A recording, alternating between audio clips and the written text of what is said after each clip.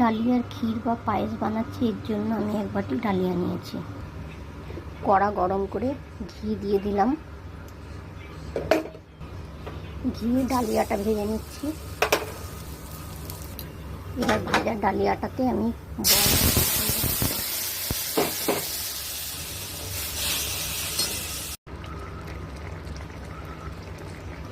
ডালিয়ার ক্ষীরের মধ্যে এবার আমি ক্ষীর বা পায়েসের মধ্যে আমি দেবো নারকেল কুচি, আমন্ড বাদাম কুচি, আর কাজু বাদাম কুচি, আর এলাচ।